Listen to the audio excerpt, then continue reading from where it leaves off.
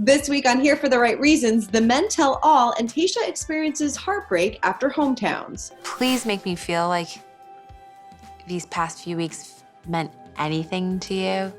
And Chris Harrison teases Tayshia's rocky ending. These men are in love, but are they all willing to go where she wants this to go? Are they willing to take that last step? And maybe those previews show you it's not going to end well.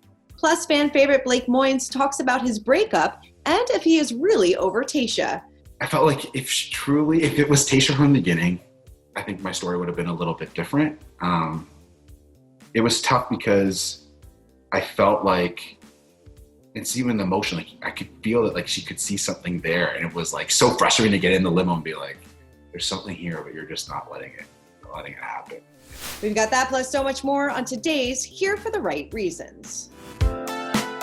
Hey guys, Christina Garibaldi here, and welcome to Here for the Right Reasons. I am, of course, joined by Us Weekly senior writer, Sarah HEARON. Hi, Sarah. Hi, Christina. We had several episodes of The Bachelorette on this week. How are you feeling about it? Feeling overwhelmed. It was a lot. It was a lot. We had, families, we had drama, we had feuds. I feel like it was kind of like the perfect storm of Bachelor, all the makings of good Bachelor episodes. I kind of like the condensed Men Tell All version. I thought that was just enough. Yeah, especially because Claire wasn't there, which I know we're going to get to, but Tayshia has really handled all these breakups kind of seamlessly. Yeah. So there was less to air out.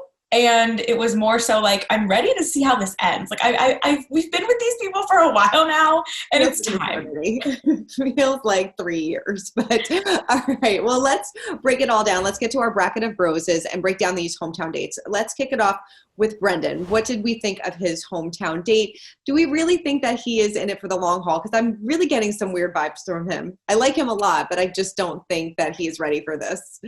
Yeah, what's interesting with his family, I feel like it was like everything you could have ever wanted as someone who doesn't know. Like you're bringing in, first of all, I just think it's so crazy that the show obviously had to reach out to them and like tell these people to quarantine, come to Palm Springs. Like this was August. Things were still like, they're crazy again, but it's California's been a mess kind of this whole time. Mm-hmm. So the fact that they got these people there was cracking me up, and like their eyes were all widening. Like who did they reach out to? Like did they agree? Like it must have been so interesting compared to like when you get to travel home. Right. But yeah, I feel like his family was pretty like kind of what you would want. Like they were open to it. They really liked Tayshia. But yeah, I don't know. There's something about him, but I don't know what it is. I think you kind of put it on the thing. Like, is it totally genuine? Right. I think he's so hesitant because like Tayshia, he was married before and he does not want to make a bad decision, because if you think about it, he's really only known her for like 2 or 3 weeks. So he's probably like, oh my God, maybe I need to pump the brakes a little bit because we don't know each other that well. But I think he genuinely really likes her. I just don't know if he's ready for an engagement. I honestly think all 4 of these guys, the guys she finally got it down to, I feel like all 4 of them would have kind of successful relationships outside of this show. Right. Like if they could date Tayshia at a normal pace, because there seems to be like a connection there. But I don't think any of them are Bachelor head over heels and love engagement vibes. So I don't know how it's going to work out, but I think you're right. He kind of like is a perfect example of he's into her and his family like accepted it, but maybe he was like, I don't want you to accept her this much. And maybe he wanted some questions. I want you to tell me something bad. And I feel like all the families kind of had that reaction to her. I mean, really what's not to like? Seems like a wonderful person. So it didn't really seem like we got those interrogations that we so love on hometown dates. It just seems like they were all like, all right, go for it. I know. You had Ivan, who it's like this emotional reunion with his brother, and there's a neat, like, I feel like we had so much going on, and you're right, the families really liked her, which doesn't surprise me, but usually there's a few more, a little tougher with like, there's still so many guys left, what is this show? Which we got a little bit of that from Zach's family, but like Ivan's family was another one who were just like, welcome to the family, Tayshia. Yeah, I'm ready to walk you down the aisle. It felt like, I thought it was funny. I don't know if you picked up on it. Do you think that Ivan is a little too confident? Because when his mom was like, well, do you know if you're going to be at the end of this? He's like, I know, I'm going to be there. I was like, hold on a second. I know, and I think Ivan is probably, if I had to guess, like I know Ben is the one who went home, which I think we'll get into why, but I feel like Ivan her relationship with him is the least far along. I agree with you. But it's also probably been the easiest. They haven't really talked about anything his brother, and there's been some serious stuff, I guess. Maybe that's not right to say, but I feel like with like Zach, it's just so heavy all the time And even with Brendan, it's like pretty heavy. And with Ben, he's like, there's a lot going on. Ivan and her, it's pretty easy.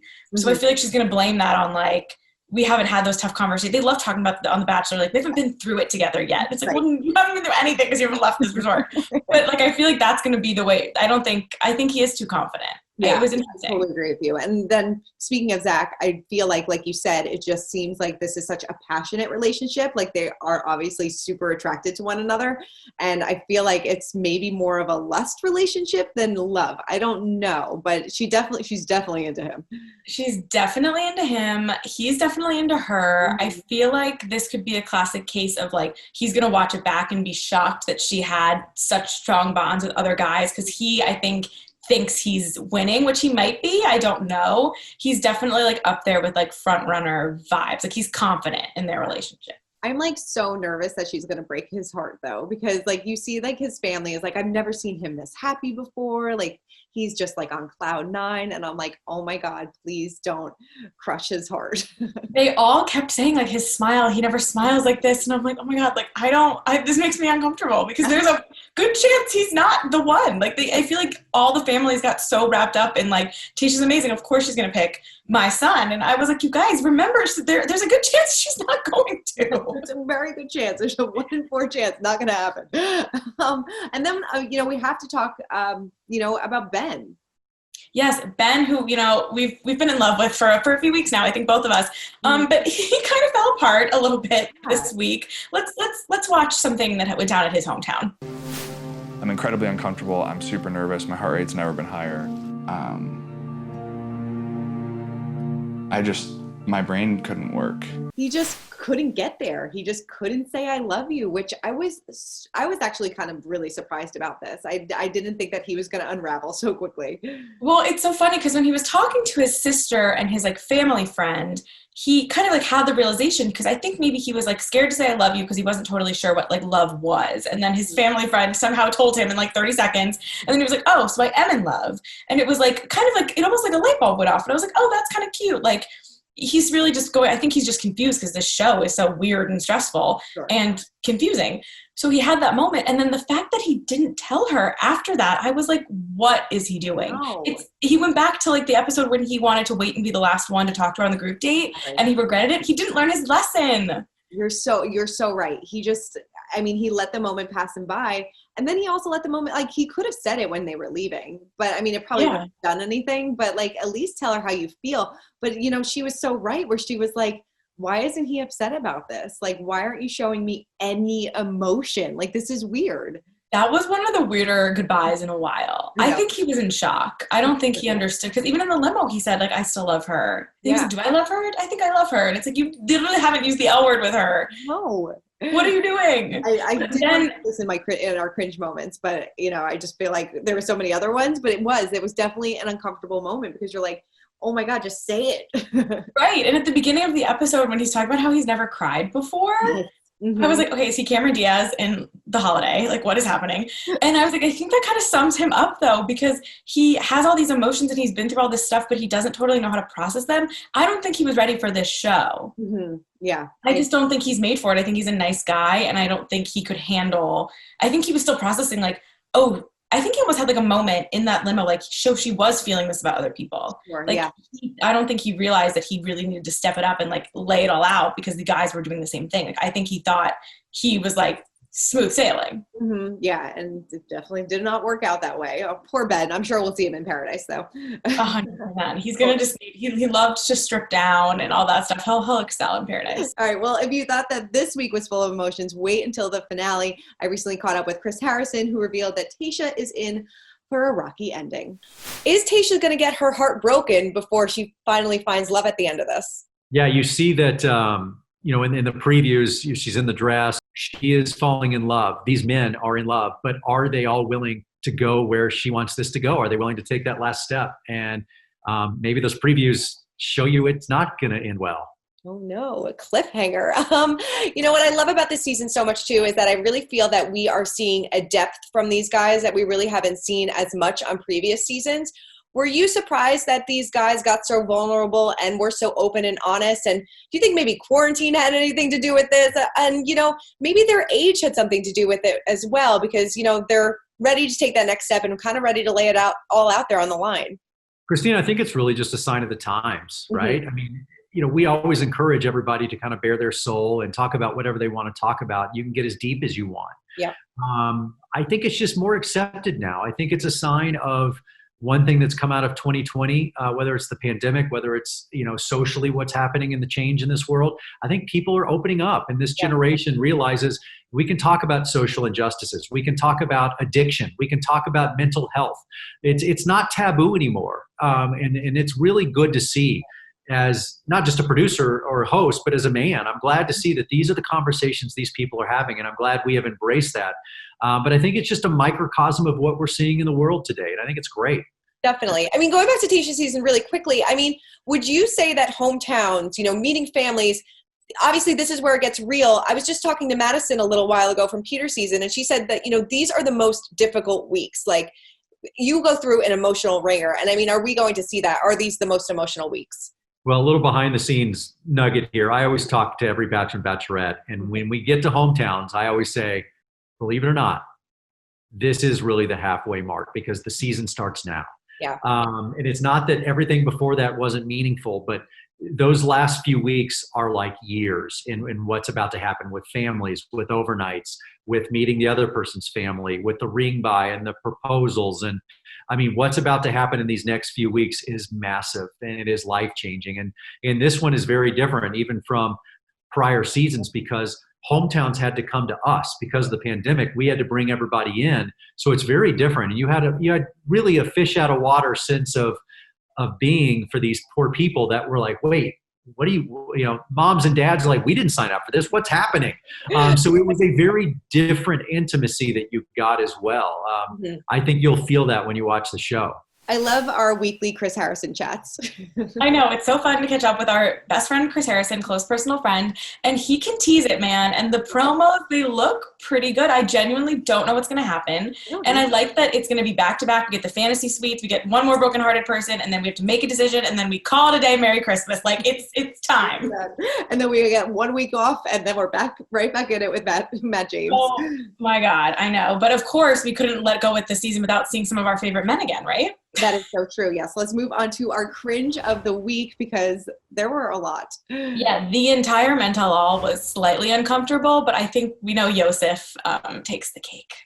No, I have no regrets. I mean, the thing is, everything I said was factually accurate. I don't think I said anything inflammatory, to warrant that response, saying like, you're not fit to be the father of my children. You came at her, you called her classless, you were out of line. You're a terrible person. I mean, come on, man. Like, this was just, and Chris Harrison, bless his heart, like, threw him a lifeline and was like, here, I'm going to help you. And you just decided to drown. He literally was like, I think Chris Harrison tweeted, he's like, you can only lead them to water, or whatever the phrase is. Like, it was rough. I don't even get why he wanted to go on if he's going to double down. Like, usually you take that as your redemption tour. And even if you don't want to totally lean into it, like, I feel like Luke Parker with Hannah Brown, like, there was still, he didn't come off looking great, but he, like, I think attempted to apologize for at least one thing or explain himself. YOSEF just repeated his offensive remarks and comments, and it was just wildly uncomfortable and unnecessary. And it was weird because Claire wasn't even there.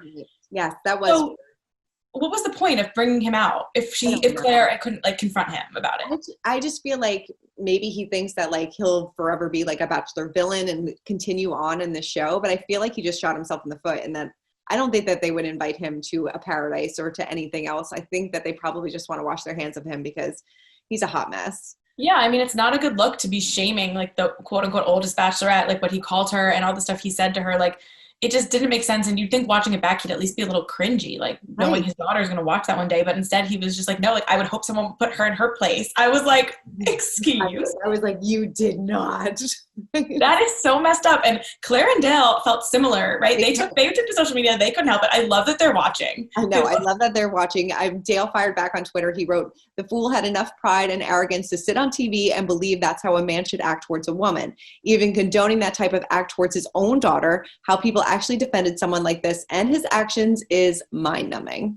Very true. It's true, Dale. It's true. Where's the lie?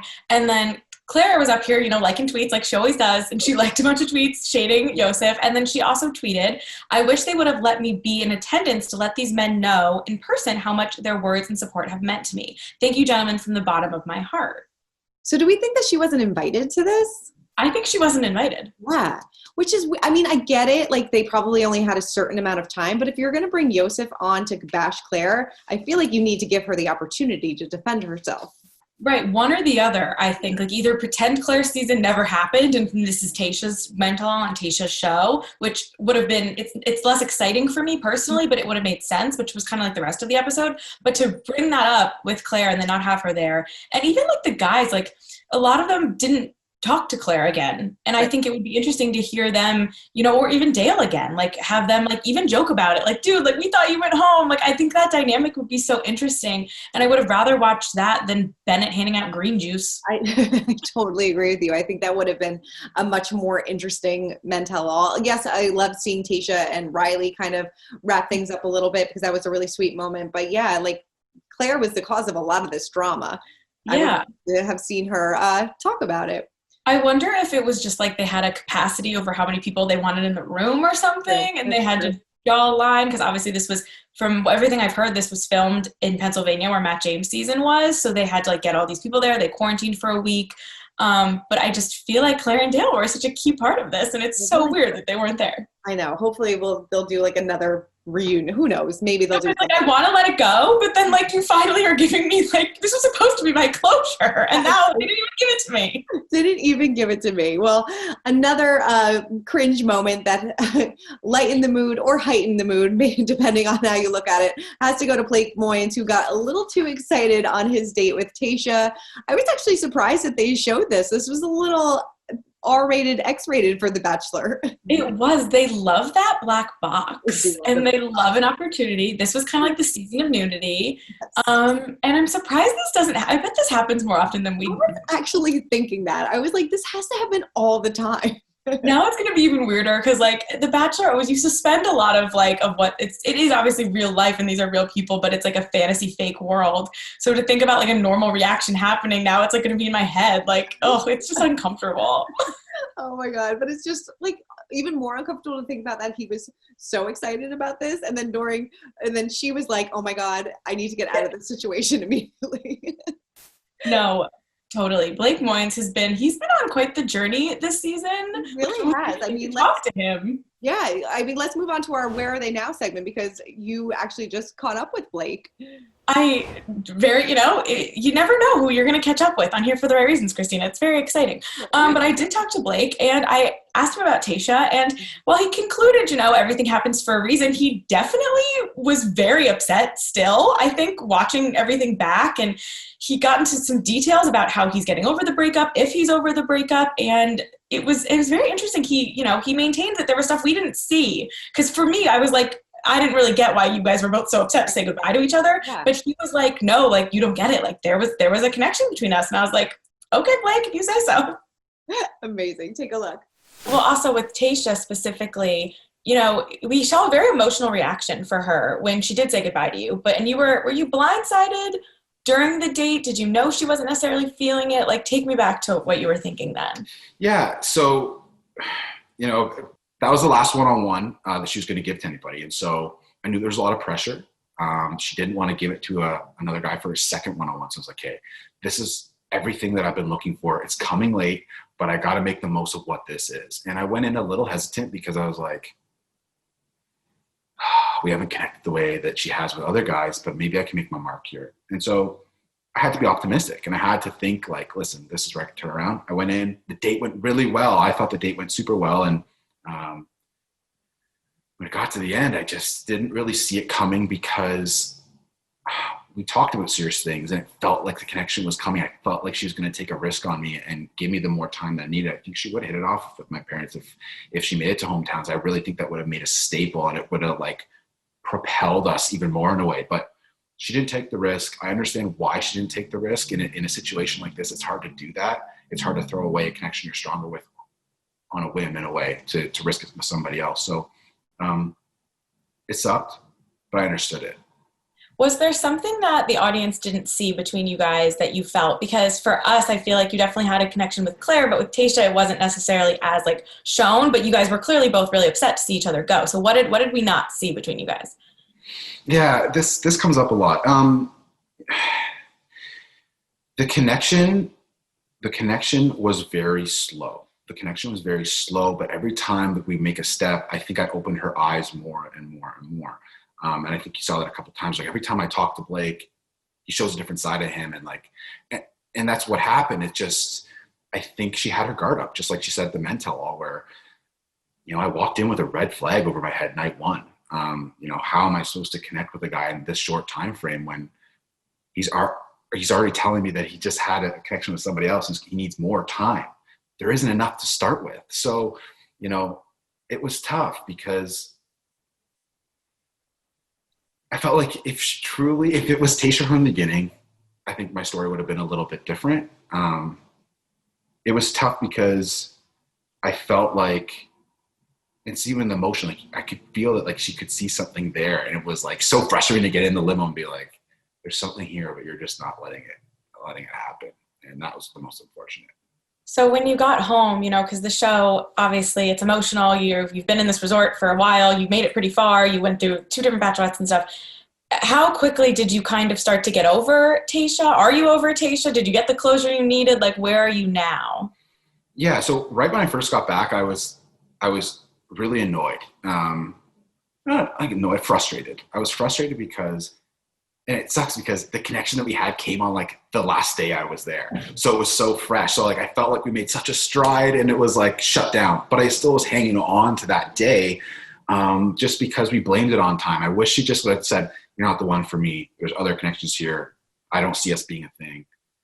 Instead it was like we ran out of time. The connection came too late. And so, yeah, I got home and I was like thinking about like what ifs, the potential, imagine, you know, and I had little gifts from our dates, some of those crystals from our date and some other things along the way. I made a bucket list for her and things that I have on my dresser, and now I've put them and tucked them away because I just don't want to think about it anymore. But yeah, you just naturally think about the what ifs, and you're always going to until you get closure. And I, you know, that's why I asked the questions I kind of did at the men tell all, and I wanted her to kind of give me the answer of, you're not the one for me. It wasn't just time. I didn't really fully get that, but you know, I've moved past it now. I think she's happy where she's at, and you know, things play out the way they should, and I'll believe in that. Well, I know you talk to Blake a lot more, right? Yes, and you can hear our full interview on Us Weekly's Here for the Right Reasons podcast. Yes, we got it. We got it all. We're all here for the right reasons, okay? And so is Blake, apparently. So you can hear everything he's had to say to me, including some interesting stuff about how he feels about Claire and Dale now. So that was fun to ask him about. We're so close. We're in the home stretch. Who was your final prediction? Let's hear it. Final prediction. God, I think it's going to be. I'm going to go with Zach. I think so too. I think so too. And I think Ivan is going to be the blindsided and heartbroken. And I don't know how Brendan's going to react. I can't decide. I can't decide if Brendan bows out before she breaks his. I don't know. We're gonna have to wait and see. I hope someone does. I love an early exit, a plot twist, and then they like their whole algorithm is thrown off, and sometimes they jump the fence, other times they like spiral and accept a proposal from someone else. Like it's very interesting. Well, we are going to break down the finale, of course, next week on Wednesday on Us Weekly's YouTube channel. So check it out Wednesday afternoon. Sarah, thank you so much as always. Bye. Bye.